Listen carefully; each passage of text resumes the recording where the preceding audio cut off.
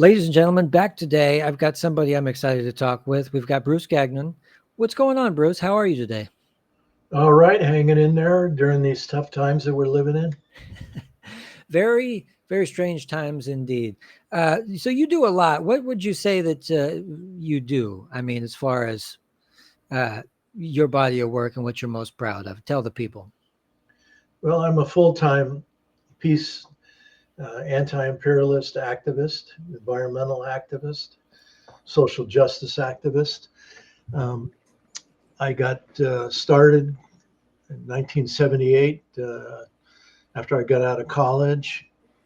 I was recruited by the United Farm Workers Union, Cesar Chavez's union, to organize fruit pickers in Florida for the union. And they taught me to be an organizer. Um, I was in the Air Force previously during the Vietnam War, having come from a military family, young Republican for Nixon in 1968, living then in Fort Walton Beach, Florida, the panhandle of Florida. So conservative there, they call it Lower Alabama. And I did such a good job working on that Nixon campaign as 16 years old. They invited me to, right before the election, at a fish fry fundraiser for Nixon's. They invited me to sit at the head table with their guest speaker. You might have heard of the guy, Senator Strom Thurmond from South Carolina. So that was my start in politics there. I went in the Air Force as a young Republican. My life changed because of my first roommate in the barracks at Travis Air Force Base in California, airlift base for the war. GIs would come there, get on the plane, go to Vietnam. The planes would return with body bags of the dead soldiers and the walking wounded just across the street from my office. Runway lined up every day with body bags.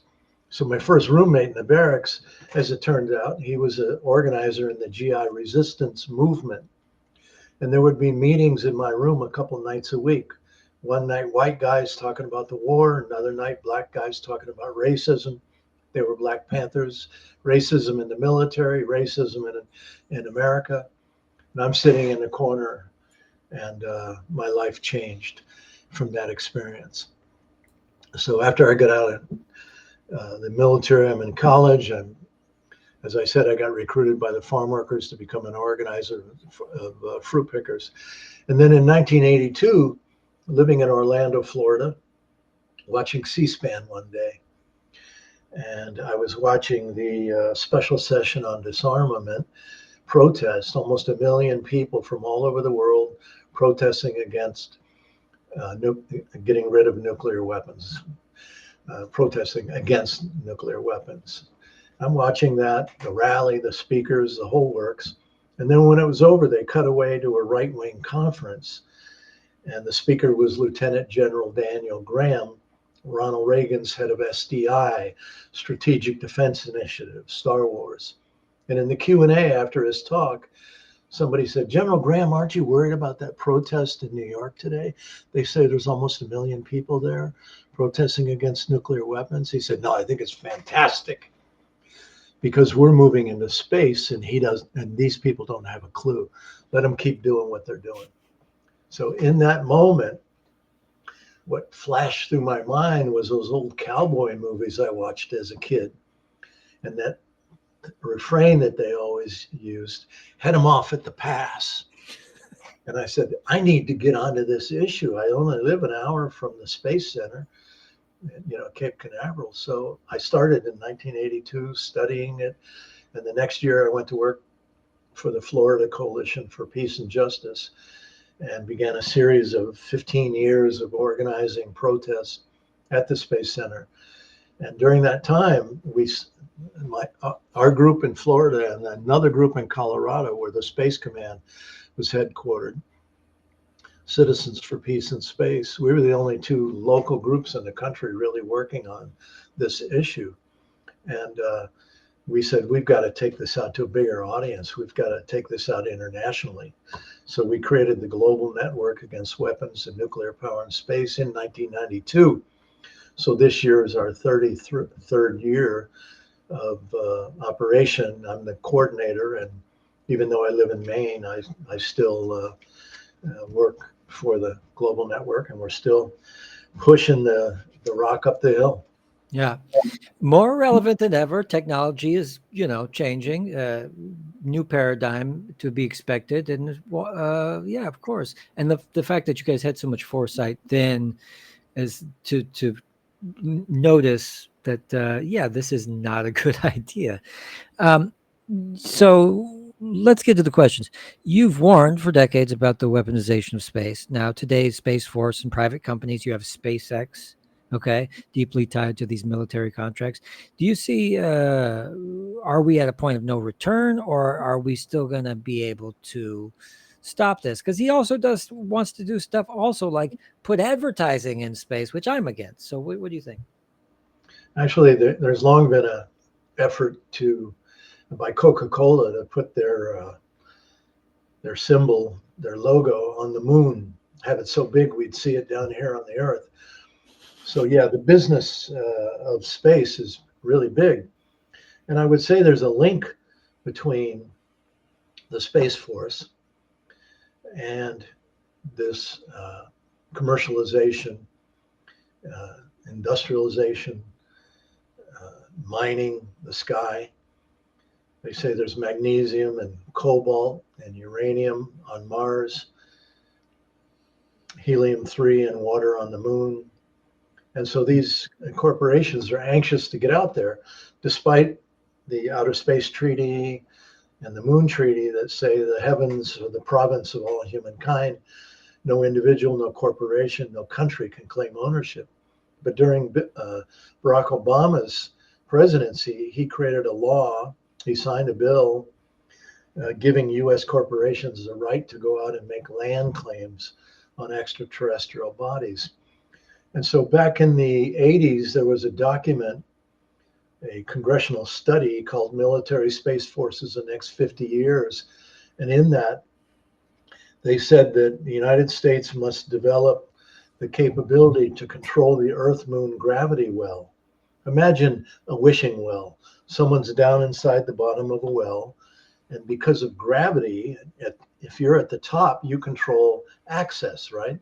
Mm-hmm. The same thing is with the Earth. Between the Earth and the Moon, there's this, gravity, and if you control the pathway on and off the Earth, you'll be able to control who can go out and mine the sky in the future. And in this planning document, this congressional study, they said with our military space forces sitting on either side of the moon, and what they call the L2 and L3 quadrants, the US would be able to hijack rival shipments upon return. So if anybody else not authorized tried to go out and mine the sky, because we control the front gate, if you will, on and off the Earth, we would be in charge. So everything we're seeing today, I believe, is about creating the infrastructure in order to make this quote unquote dream, this vision possible. In fact, back in 1997, the Space Command put out a document called Vision for 2020. And it's interesting that in the year 2020, the Space Force was created. And in this vision, it says that the US will control space, dominate space, and deny other countries access to space. We will be the master of space. And on the headquarters building of the Space Command at Peterson Air Force Base in Colorado Springs, their logo above the doorway, Master of Space. So this is the agenda. So there's so much money being put into this program. For example, Trump's recent announcement of the Golden Dome to protect the United States and Canada against any incoming missiles in the future. Now they're talking about even expanding it into Europe, all of NATO. But the cost estimates are anywhere between 550 billion to several trillion dollars over 20 years. This year in 2025, Congress already gave a $25 billion appropriation. This is a money suck for the aerospace industry. back many years ago in one of the industry publications I read that the arms race in space will be the largest industrial project in the history of the earth. We call it pyramids to the heavens. So these corporations are the pharaohs of our time, if you will, trying to build this architecture so they can control the universe. That's really, I mean, their thinking. So how do we escape this nightmare? Well, the only way is to close the door to the barn before the horse gets out. And the way we do that is by updating the Outer Space Treaty of 1967, which bans weapons of mass destruction in space. But today the Pentagon says, well, the things we're working on fall outside of that treaty. We're working on weapons of selective destruction, like an orbiting battle station with a laser that can fire and hit other satellites or even hit targets on the Earth. A weapon of selective destruction. Therefore, outside the treaty, we don't need a new treaty. So for the last 30 years, China and Russia have been going to the United Nations, introducing a resolution for called PAROS, P-A-R-O-S, Prevention of an Arms Race in Outer Space. Let's close the door to the barn before the horse gets out. Let's update the Outer Space Treaty. Let's include these new weapon systems that fall outside of that original treaty. Let's use our resources, as China has now done, basically eliminated poverty in their country, extreme poverty. It doesn't exist there anymore. Homelessness doesn't really exist there anymore. People, they're building homes for homeless people. So it's another world. But the United States refuses to do that. All during the Republican and Democrat administrations, the US says, what are you talking about? There's no weapons in space. We don't need a new treaty. But at the UN General Assembly on this non-binding resolution, they take a vote and it passes overwhelmingly, except for the US and Israel that say no. But then it's sent to the Permanent Conference on Disarmament in Geneva for negotiation as a full treaty. And there, US and Israel are blocking the treaty.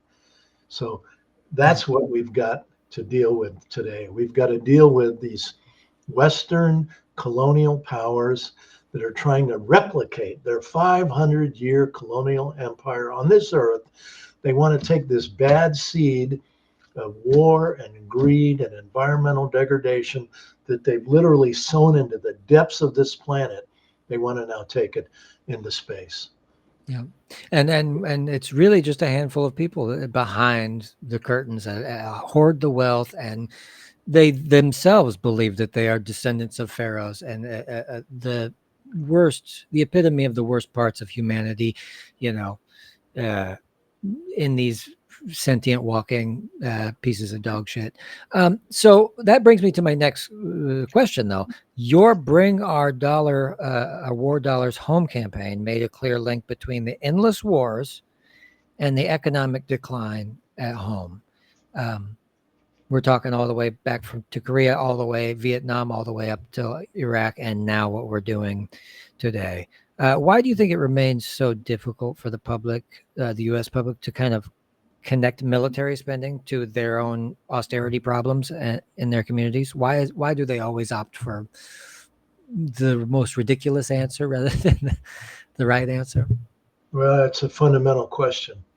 I'd say a couple reasons. One is because the jobs, as you know, every state has these weapons corporations inside of their state, creating these military jobs. Lockheed Martin, Raytheon, L3 Harris, SpaceX, Palantir, Anduril, many others. And so our economy, we have a war economy, a permanent war economy, something that Dwight Eisenhower warned the country about in his concluding speech when he was president, his last speech before he left office. Beware of the power of the military industrial complex. In the end, he said, it is a theft from everyone who hungers and who is in need. And the second reason I think and it's probably the top reason is because so many of our minds have been colonized. When you think about American history, from the very first steps onto this continent by the white colonial immigrants, if we can use that word, they created genocide against Native Americans. They brought slaves over. They were then moving westward, killing Indians like crazy. I lived in South Dakota when I was a boy in Ellsworth Air Force Base in the Black Hills, and I learned a lot about Native American history, something that stays in my heart every day. And what we're doing in Gaza today is just a continuation of that. We've been doing it forever. We went to the Philippines, and before you know it, we were all over the world creating wars. And so our minds, our collective minds in America, I believe, are just so cluttered with this madness of domination, white supremacy, and endless war. This tough guy, we're Americans and we can kick anybody's ass we want to.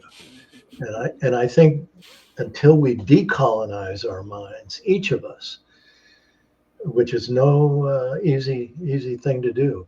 I mean, that's what happened to me when I was in the barracks there during the Vietnam War at my base in California, Travis Air Force Base, because I had spent my first 18 years of my life living on military bases, going to military-run schools, reading the series called We Were There. We were there at Lexington and Concord. We were there at the Alamo. We were there at the Battle of the Bulge. I was a true patriot.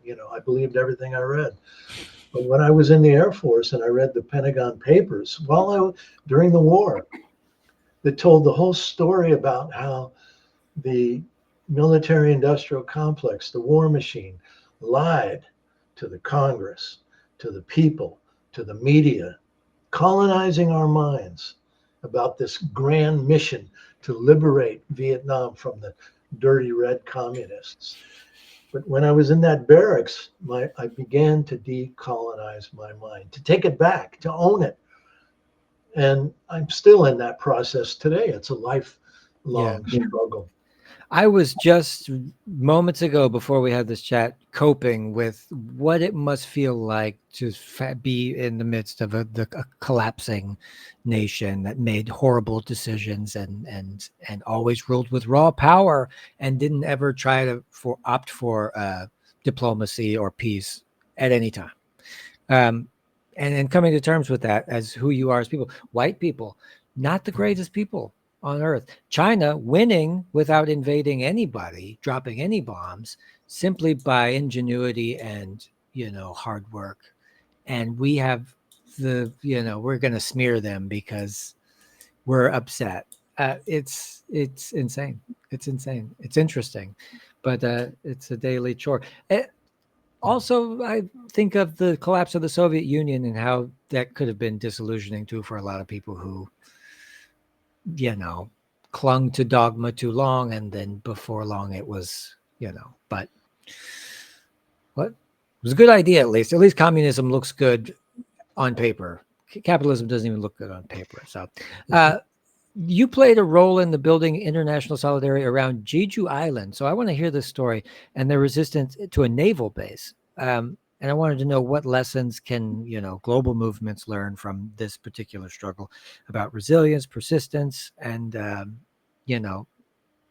pervasive militarism. Well, we have a Global Network board member from South Korea. She was in the United States teaching art some years ago.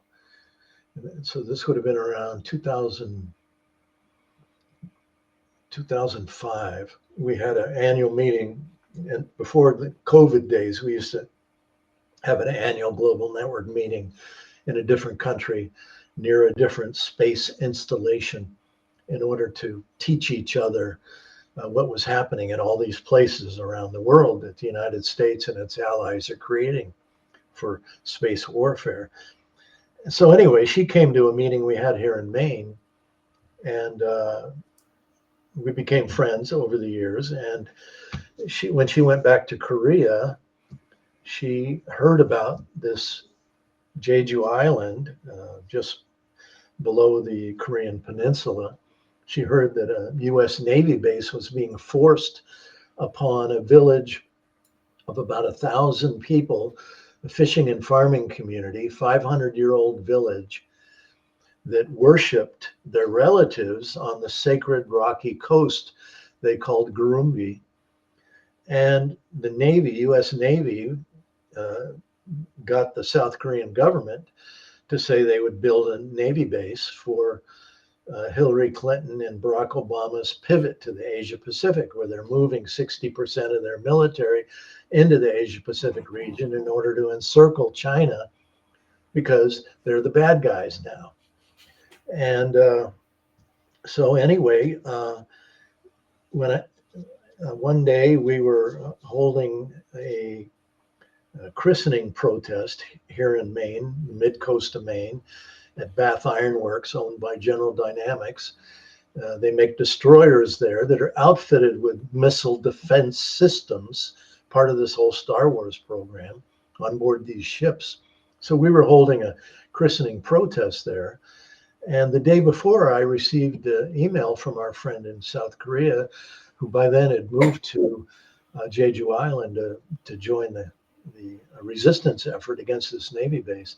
And she said they were holding their first protest there that day, and on the same day that we were, the next day. And so I read her letter at this christening protest in Bath, Maine, at Bath Iron Works.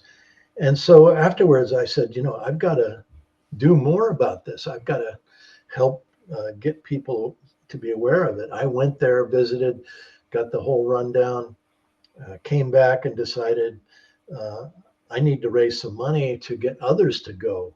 And so I began raising funds to send other people from different organizations, from Veterans for Peace, from Christian activist organizations, other such things. And soon other people began hearing about Jeju Island. The base has been built, and sadly so. But before it was completed, we were invited by the mayor of Gangjeon Village, where this base was eventually built, to come there for our annual meeting. And so we went there.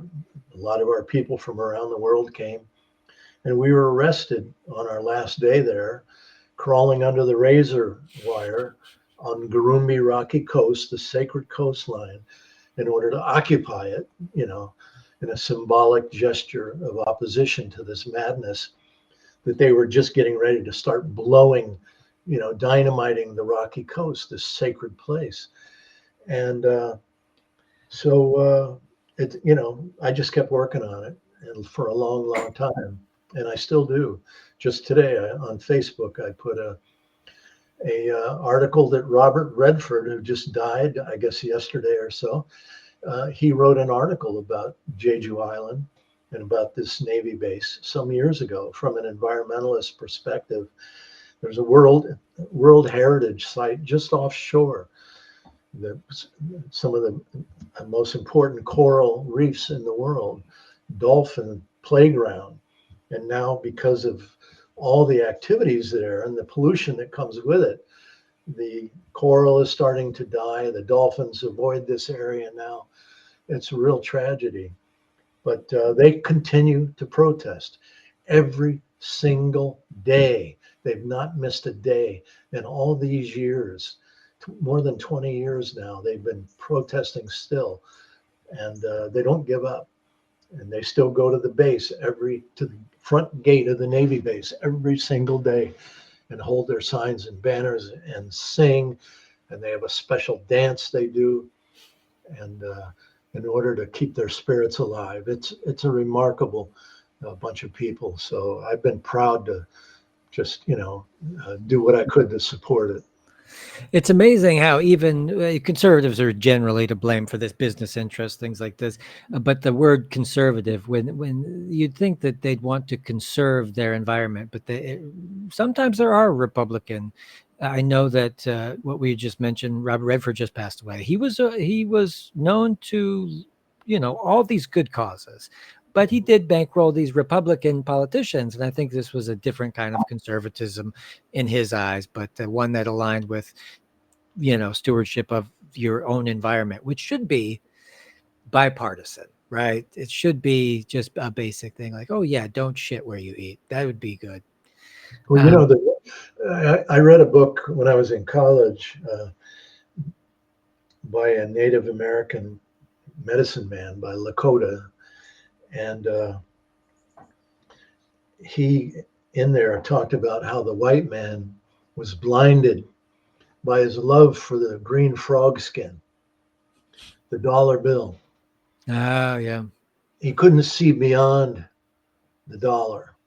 He couldn't see that when it rained, the water, where it flowed, the life source, if you will, and how his way of living was polluting and killing his own children.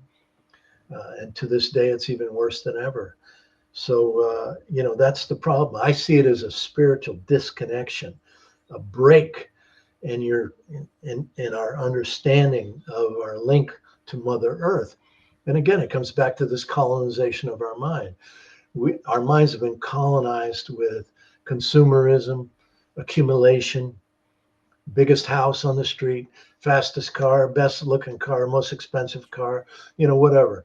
And, a business card that your mother can brag about, that you're the executive vice president of some corporation, Yeah. All that stuff we've been taught is what life is about. That's where meaning comes from. Yeah. And that's why so many people are crazy in this world today, disconnected from what's really right and good and true. Yeah, my theory is that so long we Europeans lived in harsh, colder conditions and maybe overpopulated, and so we had all these wars and conflicts over territory and stuff like this, and so maybe for a long time that we forgot that we were actual capable of being better than that. But then we come to North America, and we meet the Indians, and we come to Manhattan, and we say, this is all so beautiful. Can we have this? And the Indians said, well, we don't even know what you mean by have. It's forever. Yes, enjoy the things that we have. And I always loved this idea because we think so differently on a lot of things that indigenous people, I think, they have the right ideas. We don't. We've mutated into something far more malevolent. Yeah. It's disturbing. So cancel Cassini and nuclear risk. So back in the 1990s, you helped organize NASA's plutonium-powered Cassini mission. Now, with a renewed push for nuclear-powered space, what do you think the risks are? Are they going to be deliberately downplayed again? From my understanding, putting nuclear anything in a spaceship is very risky, considering how many of them explode and could shower down nuclear stuff. But break it down. Well, there have been nuclear accidents over the years.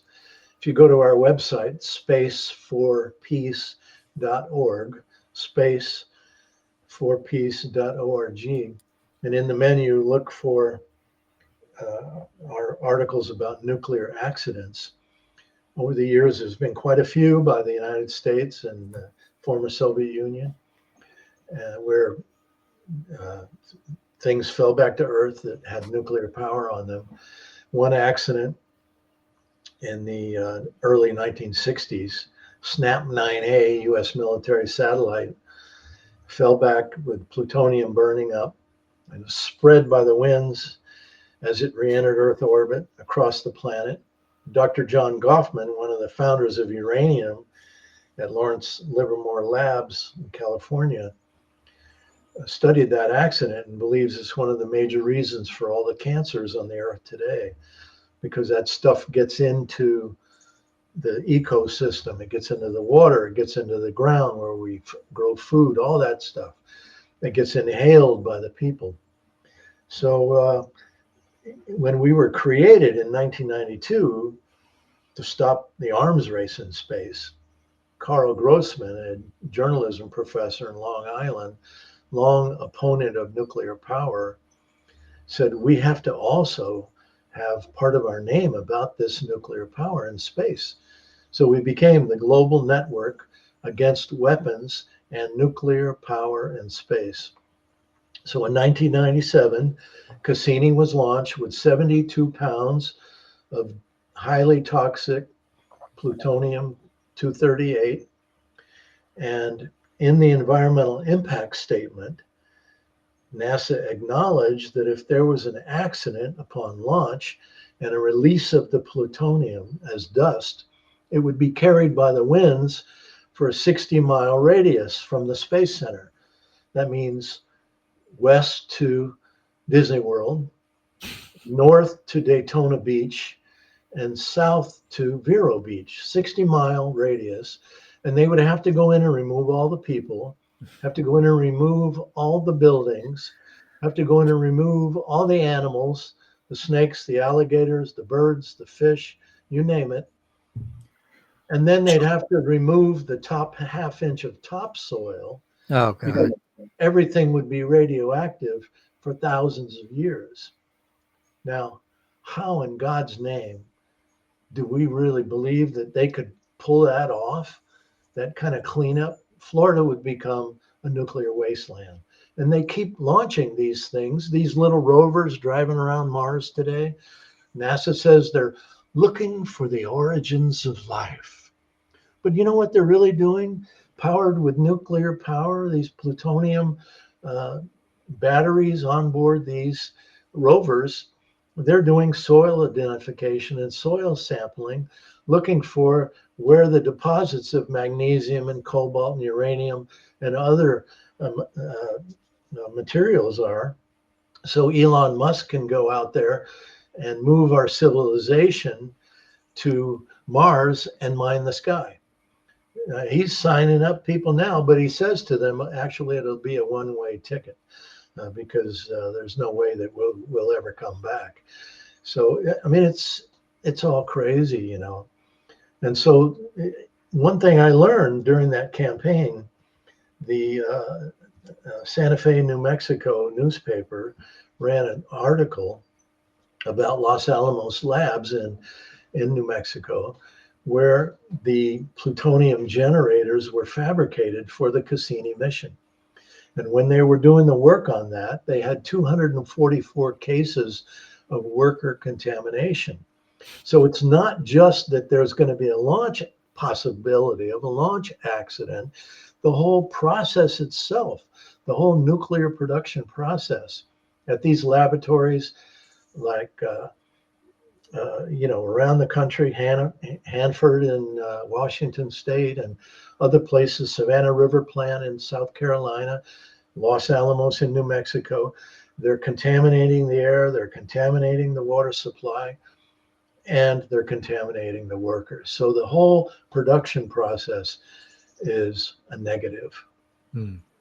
I was talking to an angry German guy who was he was put in charge of disposing of the nuclear waste, and he was shouting about how all the hippies had made it so that there's no progress or something, you know, really upset that there. But this is one of the big caveats with everything nuclear is there's just no way to get rid of the waste after we're done with it. Is that right? Yeah. And now the United States is in a race with China.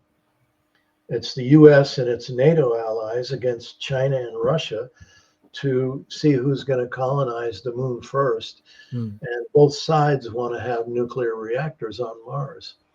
So let's just imagine something goes wrong. And then on top of all that, it takes a year to get to Mars from Earth with a conventional rocket technology. And so they want to create a nuclear powered rocket with nuclear reactors for engines It would cut in half the amount of time it would take to get there. And NASA wants to test these engines just above our head in low Earth orbit. They know they can't test them on the ground because of the nature of an accident here on the Earth, right? So they want to test them above our heads. But what if these damn things fall back to Earth? Something goes wrong and they fall back to Earth. They burn up on reentry, like things happen all the time, and spread that deadly toxin across the planet. It's crazy. Mm. So we have a multifaceted fight ahead of us when it comes to space. And the goal of the global network has always been, we're never going to stop this until we create an international constituency that understands this issue and can begin to lobby each of their own governments, because virtually all the governments of the world are being pulled into this program because it's where the money is. It's where the money's going. Yeah. And they're going to cut education, healthcare, infrastructure of our nations, roads, bridges, all that stuff. They're falling apart here in the United States. There's no money to fix them. And so all of that social progress funding is going to be cut. In fact, they're doing it already to go after, to enable the expenditure on these space projects. Yeah. Yeah. Cut Social Security. They're going to cut it all, whatever they can cut, just so they could maintain militaristic power, because that's the only language that the United States government can speak. So you write articles. Several were listed by Project Censored as some of the most ignored stories of the year. So how has media silence around space militarization shaped public perception? Do you see an alternative media finally breaking through the wall? I see a new paradigm in media. I'm here, not many people watching, but still, if you're, but what do you think the outlook is? Well, you are here, and I'm grateful for it. You're interviewing me, and somebody is going to watch this and learn something, hopefully. And that's important. It's the only way out. We have to become the media, because during the Ronald Reagan days, when Star Wars SDI was being developed, they were pumping so much money into it. These weapons corporations had so much excess profit that they started buying up the media, radio, television, newspapers. And in the early days, when I started working on this issue, I got coverage in the New York Times. I was interviewed on CBS radio. I was driving down the street one day in Orlando, Florida, had CBS radio, on my car radio, and there I am being interviewed, about these issues, But then that connection got bought up and shut down. Today, we can't get on any of that media whatsoever. And so the only thing we can do now is through alternative media. Just this morning, we just had our annual meeting, which used to be, as I said before, divided around the world to various places where these installations are. But now we do it on Zoom. And so just today, we sent out our webinar that we had on Zoom with some speakers and some great presentations. And it goes out to our mailing list around the world, for people to see. Because if we don't put it out there, it's like we don't exist. So we all need to become journalists in a sense, and more than ever. Yeah. Yeah, and all the attention is now fractured into tiny pieces, where we all are on our individual devices, watching our individual shows, watching our individual news programs, stuff like that. And thankfully, I think Skydance just bought Paramount, and now he already wants to buy Warner on top of it. And the more they consolidate, hopefully the people will rise up and simply just say no to anything that size, But we're in uncharted waters with the monopolization of everything. One of the richest Zionists in the United States just bought CBS, and he's installing a Zionist, former IDF soldier, as one of the leading programs of this new CBS acquisition. So, Barry Weiss, right? yeah, this is Yeah, yeah. this is where we are. That's who I was saying. Ellison is the fellow's name. Billionaire. His children both own movie studios. He bought them all, huge multinational conglomerates, and now they're going to ratchet up the Zionist propaganda on dying network TV, which only people over a certain age are watching anyway. But yeah, we'll see. The people are rising and the people are aware, and the live stream genocide into their telephones, that really was the clincher, and that's going to be enough for people to say, I'll never forget what these people did, especially kids between the ages of whatever 18 and 29 or 18 and 33. They see it. And Chris, what happens if tomorrow they shut off the internet? then everything becomes decentralized. So part of that is they kind of are shutting off the internet by filling it full of fake information, where the water is so murky we cannot trust.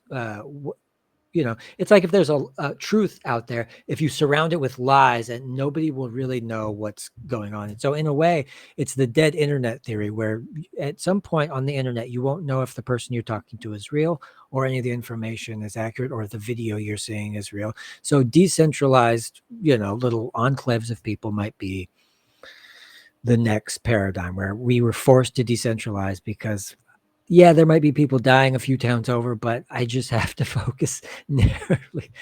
And if I don't, the robot will come along and shoot me dead. I don't know. This is what I think. For now, I urge people to go to our website, spaceforpeace.org. I hope you'll put a link in the description Sure. of this interview. And also my blog, which is called Organizing Notes, Notes, which I every day I'm posting things in it, and I'll post this interview in it once I receive that from you. Cool. But so I do everything I can to work. We have a person that works part-time for us who's a social media coordinator, just trying to send all of these things out to as many places as possible. Yeah. Good. Well, let's do this again soon. Okay, Bruce? Sure, anytime. I'd be happy to. I enjoyed it. You asked great questions. Well, thanks. I appreciate it. Everybody tune in again. We'll be back with some more great guests in the following weeks. It's great to have you. Stick around, Bruce. We'll talk right after this. Bye, everybody. All right.